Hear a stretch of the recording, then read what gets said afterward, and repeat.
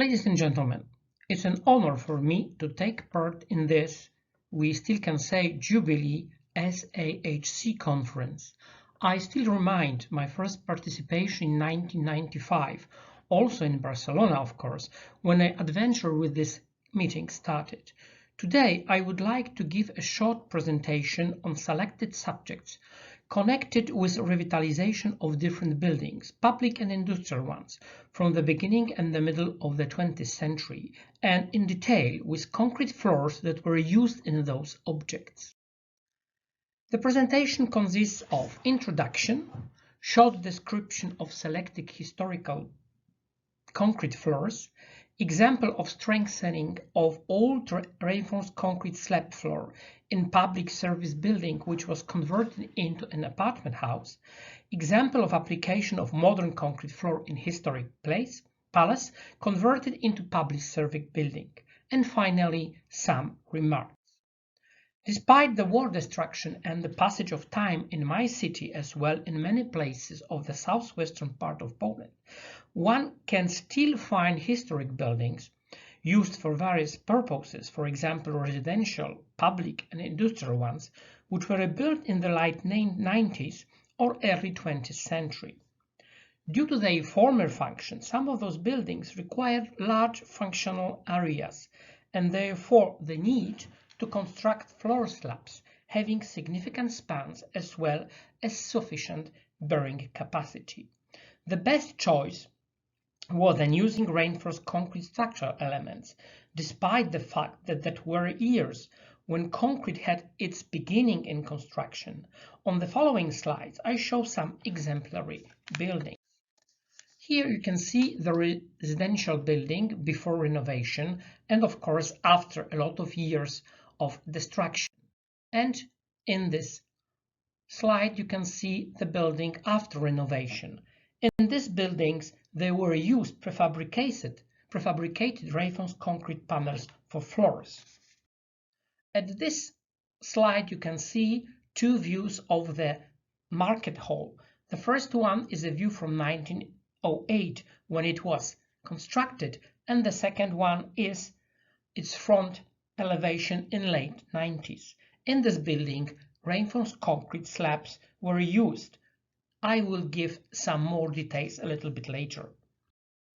In the next slide, you can see a small industrial building in the city center, already after refurbishment, in which the so-called cannon slabs were applied. In the past, it was a metal production plant, and now it is a pharmaceutical laboratory. In the former brewery building from the beginning of the 20th century, simple concrete slabs on steel beams were used.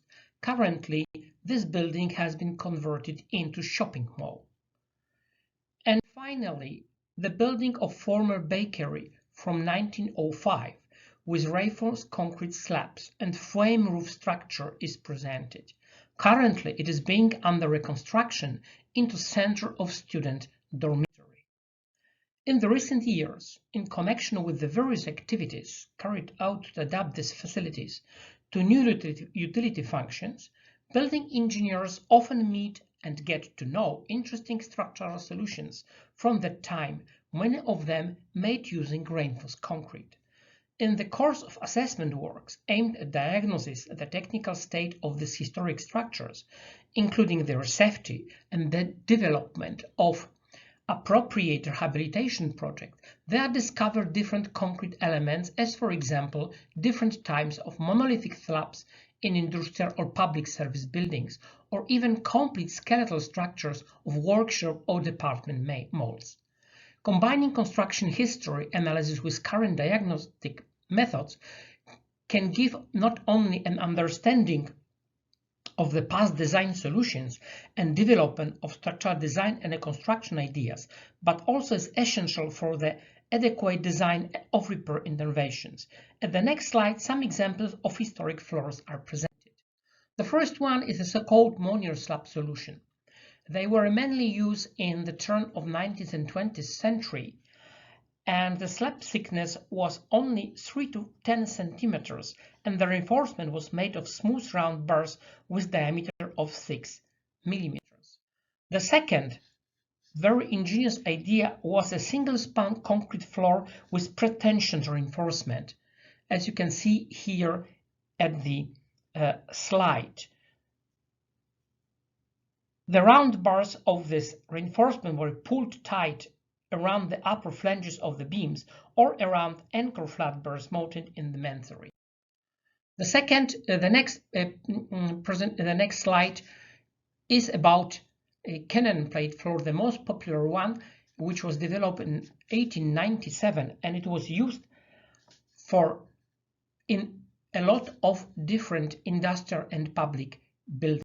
You can see some examples of these floors that were used. The next one is similar to the previous. It is a Wallace console floor, but here you can see it was a stiff reinforcement. And here the disposition of this beam of these bars, which are connected to the beams. As I mentioned before, I will show you some examples of monolithic concrete structures. The first one is a famous market hall from 1908. It is one of the very impressive concrete structures from the beginnings of the 20th century. In this market hall, the structure of floor over the basement and over the first floor was made as a concrete monolithic slab. The second example is an industrial building of Bakery Flour Warehouse, where you can see here a plan of the reinforced concrete floor, which was repeated at every story of the building. Here's a cross section in which you can see two concrete silos which were inside the building. And here some examples of this concrete ribbed slab. The third example is an example of a grain elevator from 1938, which you can see here two sections of this building. However, the most important is that the building, that the silos were made of brick masonry, reinforced brick masonry, but other elements as slabs were made of reinforced concrete. And finally, some floors of a workshop from 1940, in which we can see a big span of floors, slabs, based on ribs and main beams. And the last one is a warehouse from 1950, which does not differ very much from the previous one, which was constructed some years ago. And now something about structural strengthening of historic reinforced concrete floors. The first one is the construction of the view of the service building, which was first a central custom office in the beginning of the 20th century, and then after war it served as a militia barracks. The structure of this building is a 2x1 with corridors located along the inner courtyard. The building structure is traditional. The foundations are brick masonry ones. The load-bearing walls are made of brick. The floors are in the form of reinforced concrete slabs. Locally are made with use of prefabricated reinforced concrete panels. The roof is wooden, covered with ceramic tiles, and all the floors above the ground one were constructed in a form of crossed reinforced concrete slabs and unidirectional reinforced slabs in corridors. The structural thickness of the floors varied from 10 to 12 centimeters in corridors and 16 to 20 in rooms. During the assessment, numerous cracks were found in slabs over the corridors, especially at the ground and first floors. The damages were caused by corrosion on reinforcement, poor concrete adhesion to bent iron, and its torsion during concreting. A number of rebar samples were taken out of floors projected to be demolished to determine the steel strength, machine the quality of reinforced steel used. The test resulted to assume the calculation yielded strength of steel bars as 250 MPa. The concrete was assumed to be C12C15. Also, there were made a pool of examinations of concrete surface of floors adhesion, but they showed that they did not have enough strength to use fiber reinforced materials for strengthening and surface. Finally, there were discussed four examples for ideas of strengthening. The first one was a shotcrete at the bottom surface. The second one, additional concrete layer at the upper side. Additional T-shaped beam inserted between the cut-off slabs, and the last one, additional inverted T-shaped girder to reduce the span of these slabs.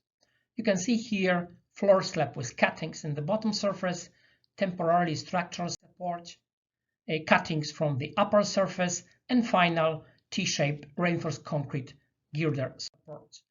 The second example is about the use of modern concrete floor in historic building. In this case, we have a former city palace converted into a public service building. It was built in its current form in 1898 as a city palace of one of the former counts. The design of new building also enforces the introduction of correspondingly higher functional loads. So there was idea of inserted new reinforced concrete slabs instead of old wooden floors. There were ideas of using the so-called rip and slab floor. As you can see, it's called a rector type. But finally, due to economic reasons, new inter-story floors were designed in the form of composite reinforced concrete slabs made on lost formwork made of trapezoidal steel sheets based on steel I-beams. As you can see here, how it resulted as a composite floor. And final remarks. Recently, many historic buildings in Poland undergo refurbishment process to adapt them to new functional aims and new loads. In case of public or industrial buildings from the end of the 19th and the beginning of the 20th century, there can be found ones in which concrete was used for the first time as structural material, especially for floor slabs. In most of the cases, due to concrete deterioration process and loss of its durability, despite necessity of material innovation, strengthening methods are necessary to be applied. One of the main elements of proper definition of reinforced method to be applied is historical analysis of design and construction of such structural elements. According to the archival and contemporary literature, what was presented in this paper, and the other indispensable action is careful assessment of the real construction and technical condition. As the final result of such analysis, some examples of different techniques of strengthening of old reinforced concrete floor slabs in historical buildings were presented in this paper. Also, examples of application of modern concrete slabs in place of deteriorated floors, not only reinforced concrete ones, were briefly described. Thank you very much for your kind assistance.